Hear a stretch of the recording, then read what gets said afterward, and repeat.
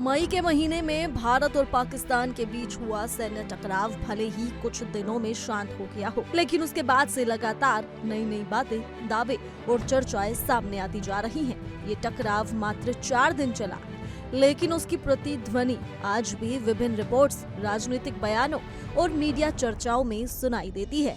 अब इसी क्रम में अमेरिका की एक रिपोर्ट ने इस पूरे मामले को फिर से सुर्खियों में ला दिया है। रिपोर्ट्स ये संकेत देती हैं कि भारत द्वारा किए गए कथित ऑपरेशन सिंदूर के दौरान पाकिस्तान को काफी नुकसान झेलना पड़ा और उसने लगभग 5 सैन्य विमान खो दिए। रिपोर्ट्स में ये भी अनुमान लगाया गया है कि भारत के भी 3 लड़ाकू विमान क्षतिग्रस्त हुए या खोए गए। हालांकि रिपोर्ट्स ये स्पष्ट नहीं करती कि क्या ये सभी राफेल विमान थे या अलग अलग मॉडल के थे। ये बात इसलिए भी चर्चा में है क्योंकि भारत के राफेल जेट को अत्याधुनिक माना जाता है और उसके नुकसान की चर्चा स्वाभाविक रूप से बड़ी खबर बनती है। जब इस अमेरिकी रिपोर्ट की तुलना उस समय के अमेरिकी राष्ट्रपति डोनाल्ड ट्रंप के दावों से की जाती है तो एक अलग तस्वीर सामने आती है। ट्रंप कई मौकों पर ये कह चुके हैं कि भारत पाकिस्तान टकराव के दौरान कुल 8 युद्धक विमान मार गिराए गए।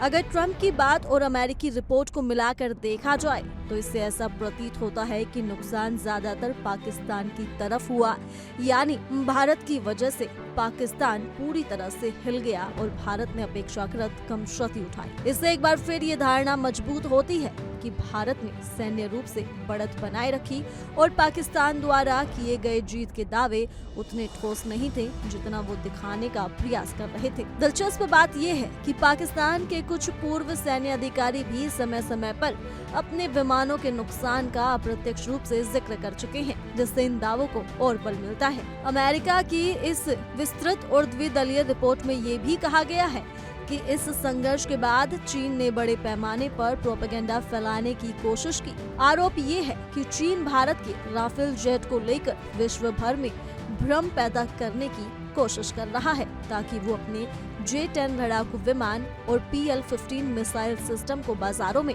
अधिक आकर्षक दिखा सके।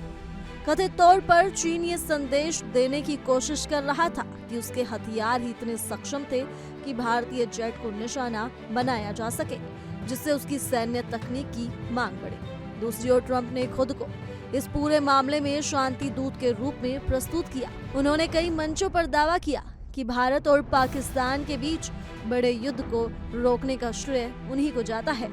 मियामी में 5 नवंबर को आयोजित अमेरिका बिजनेस फोरम में उन्होंने न केवल विमानों की संख्या 7 से बढ़कर 8 बताई, बल्कि ये भी कहा कि 8वां जेट पूरी तरह से घायल हुआ था। उन्होंने ये भी दावा किया कि उन्होंने दोनों देशों को भारी टैरिफ लगाने की चेतावनी देकर उन्हें युद्ध विराम पर सहमत किया। कुल मिलाकर मई में हुआ ये छोटा सा सैन्य टकराव केवल 4 दिनों में ही भले ही समाप्त हो गया हो, लेकिन उससे जुड़ी बातें आज भी अंतर्राष्ट्रीय राजनीति, सैन्य विश्लेषण और मीडिया रिपोर्ट्स में गूंजती रहती हैं। अलग अलग देशों, नेताओं और विशेषज्ञों द्वारा किए गए दावों में फर्क होने के कारण लोगों के बीच अब भी कई तरह की जिज्ञासाएं और भ्रम बने हुए हैं और ये पूरा मुद्दा अभी भी चर्चा का विषय बना हुआ है। वहीं ऑपरेशन सिंदूर के बाद से ही ऐसी खबरें लगातार ही आ रही हैं कि पाकिस्तान की सैन्य शक्ति पूरी तरह से ध्वस्त हो चुकी है, क्योंकि ऑपरेशन सिंदूर के दौरान भारतीय सेना ने उसकी सैन्य शक्तियों पर, सैन्य ठिकानों पर वार किया था और उसे पूरी तरह से मिट्टी में मिला दिया था। हालांकि कुछ दिन पहले ही आई एक रिपोर्ट में ये भी दावा किया गया कि अब पाकिस्तान अपने सैन्य ठिकानों की फिर से मरम्मत कर रहा है जो ऑपरेशन सिंदूर के दौरान ध्वस्त हो गए थे। खैर, ऐसे में आपका क्या कुछ कहना है, आप हमें कमेंट कर जरूर बताएं और इसी के साथ जुड़े रहिए इंडिया डेली के डिजिटल प्लेटफॉर्म के साथ।